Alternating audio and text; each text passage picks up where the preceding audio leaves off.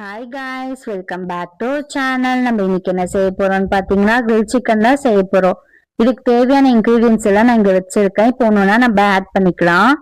நான் red chilli powder பாத்தீங்கன்னா 3 spoon எடுத்திருக்கேன். நீங்க வந்து காஷ்மீரி சில்லி பவுடர் எடுக்கிற மாதிரி இருந்தா ஒரு 4 ஸ்பூன் எடுத்துக்கோங்க. 1 ஸ்பூன் சிக்கன் மசாலா எடுத்திருக்கேன். 1 ஸ்பூன் கரம் மசாலா எடுத்திருக்கேன். 1/2 ஸ்பூன் வந்து மஞ்சத்தூள் போடுறேன். உப்பு வந்து தேவையான அளவு ஆட் பண்ணிக்கோங்க. ஜிஞ்சர் கார்லிக் பேஸ்ட் வந்து நான் வீட்டில் அரைச்சது போடுறேன். 2 ஸ்பூன் போடுறேன். நீங்க கடையில வாங்கிட்டு யூஸ் பண்ற மாதிரி இருந்தா லெமனை ஸ்கிப் பண்ணிடுங்க. தயிர் வந்து ஒரு 3 ஸ்பூன் எடுத்திருக்கேன். அதுவும் புளிப்பில்லாத தயிரா எடுத்துக்கோங்க.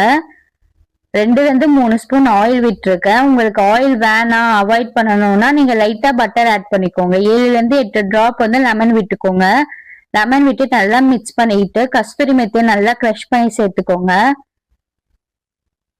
இந்த அளவு க்ரஷ் பண்ணி சேர்த்துக்கிட்டு நல்லா மிக்ஸ் பண்ணுங்க. சிக்கன் ஆல்ரெடி நம்ம கட் பண்ணி வச்சிருந்தோம்ல, அந்த இடத்தெல்லாம் நல்லா அப்ளை பண்ணிட்டு நான் 1 hour மேரினேட் ஆகிற அளவுக்கு விட போறேன். நல்லா அது நம்ம மேரினேட் பண்ணாதான் அந்த மசாலாலாம் உள்ள இறங்கி நல்லா ஜூஸியா இருக்கும்.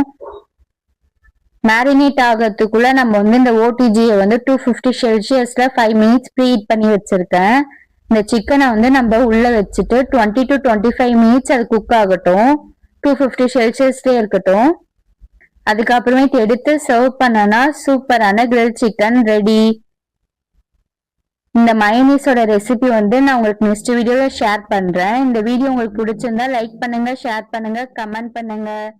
தேங்க்யூ. ஆமா, சப்ஸ்கிரைப் பண்ணிடுங்க. தேங்க்யூ.